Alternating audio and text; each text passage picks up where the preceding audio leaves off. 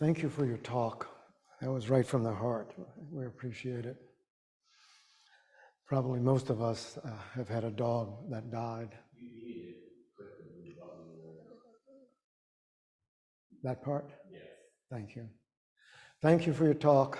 I don't mean to be redundant, but you know how technology is.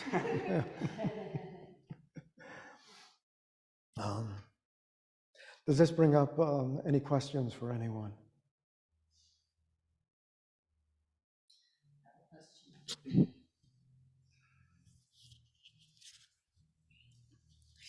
So I this come up in this retreat.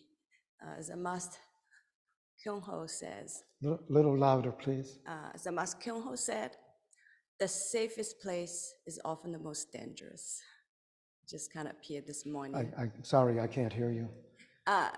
Zen Master Kyung Ho said, "The safest place is often the most dangerous." The safest place is often the most dangerous. Often the most dangerous. Mm-hmm. Yeah. Thank you. I don't know what that means. I can imagine various bizarre scenarios, but one way to spin that, I think, is when you really feel, okay, I've got it now. Everything is all right. Then you have to be especially cautious. That's when you let your guard down. You feel, hey, everything is safe here. I don't have any problems. I've never felt like that once in my life, mind you. But I can imagine how hazardous it could be. So thank you very much, Tim. Anything else? Tom? So Zen Master Seung San had this phrase he used to use in some of his letters, and he said, I hope you finish the great work of life and death. Mm-hmm.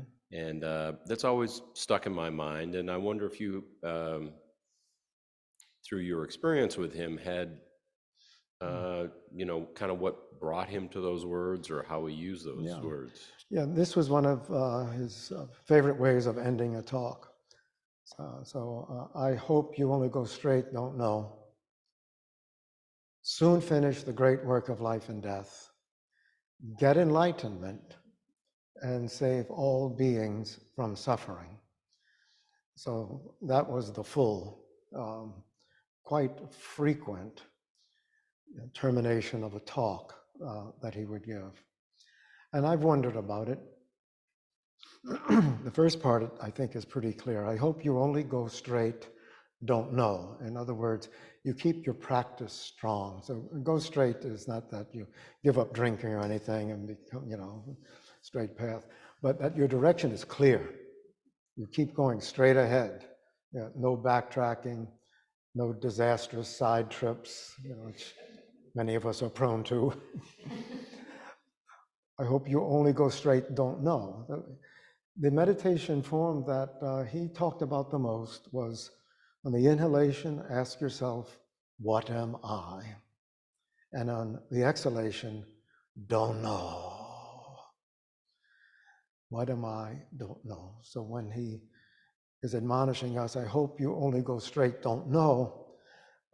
He's saying, I hope you keep your practice going, and not only on the cushion, but moment to moment, to bring that don't know mind, that mind that is clear and open and assumes nothing, to keep that every moment of your life.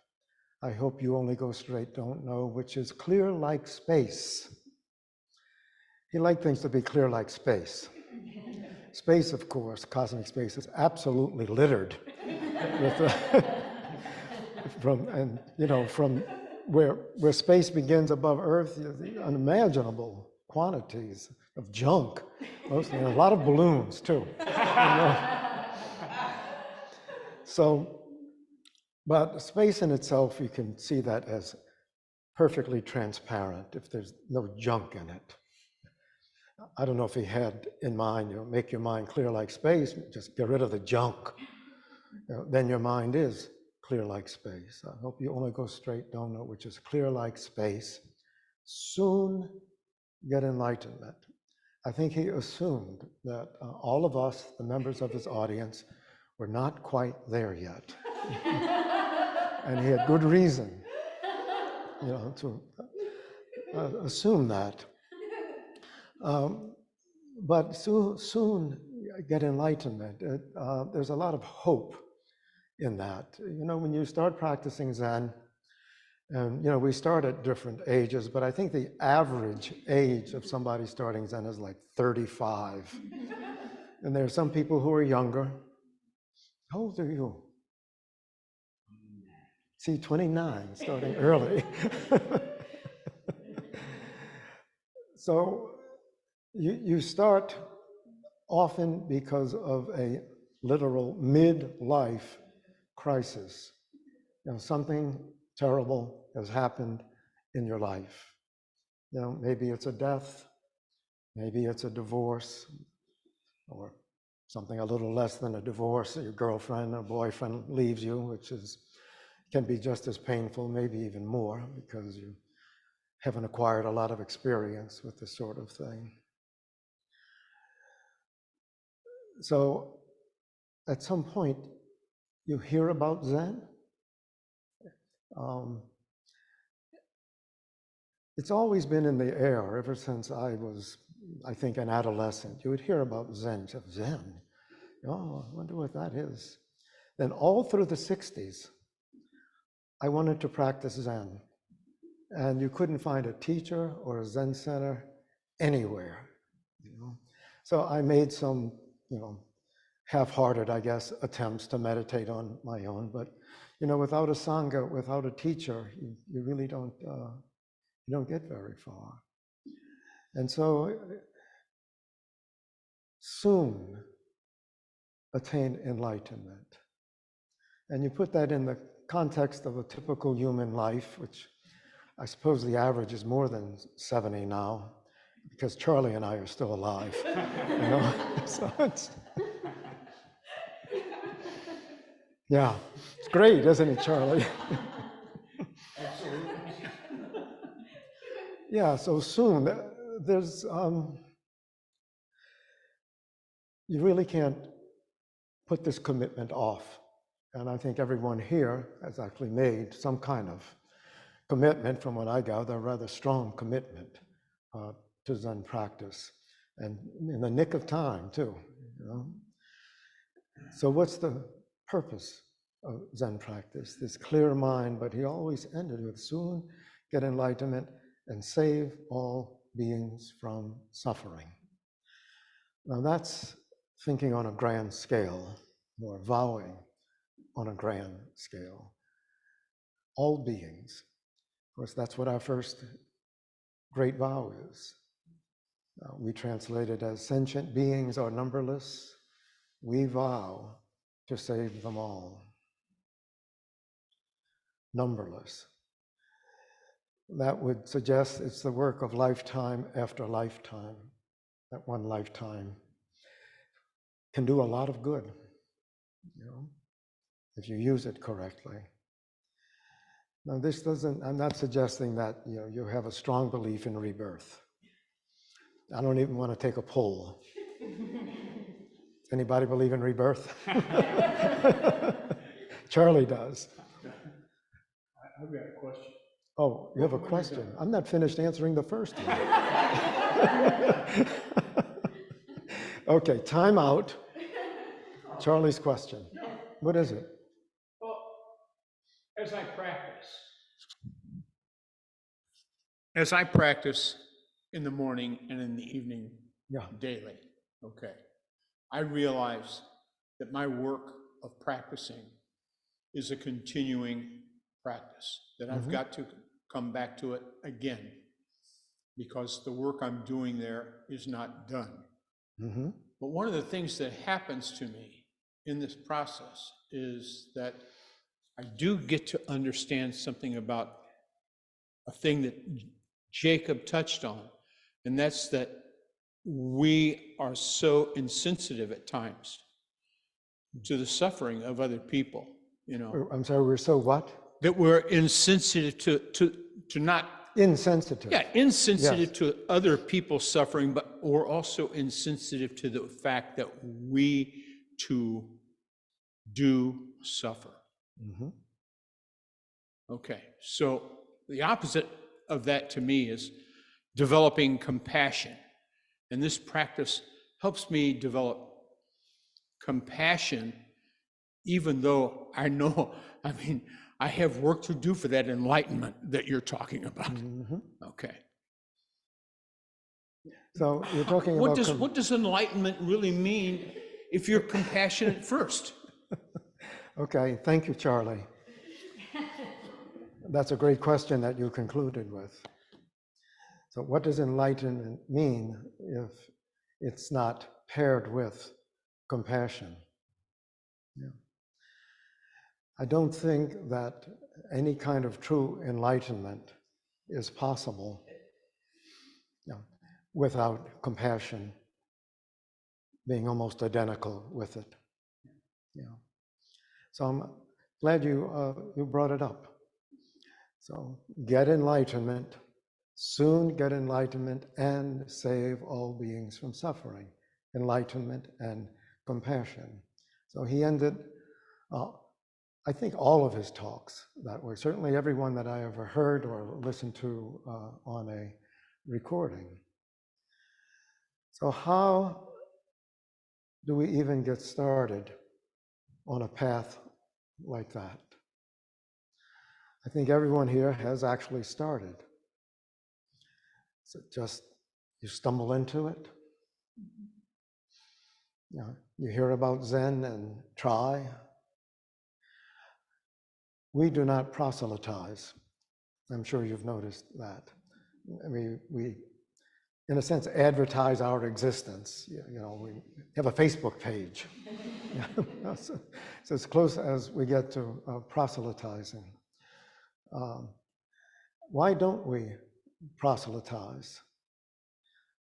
Can you imagine what form that would take? You know, do we have parades maybe? And,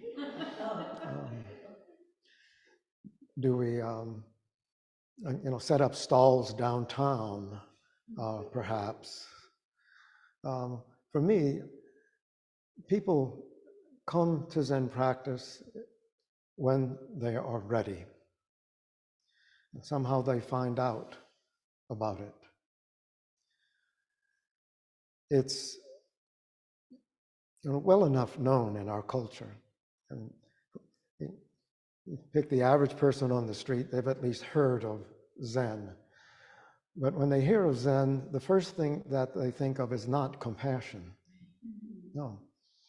They think, okay, sitting on a cushion, getting in some blissful meditative trance and just spacing out, you know, yeah. And I don't know what can be done to change that general perception of what Zen is.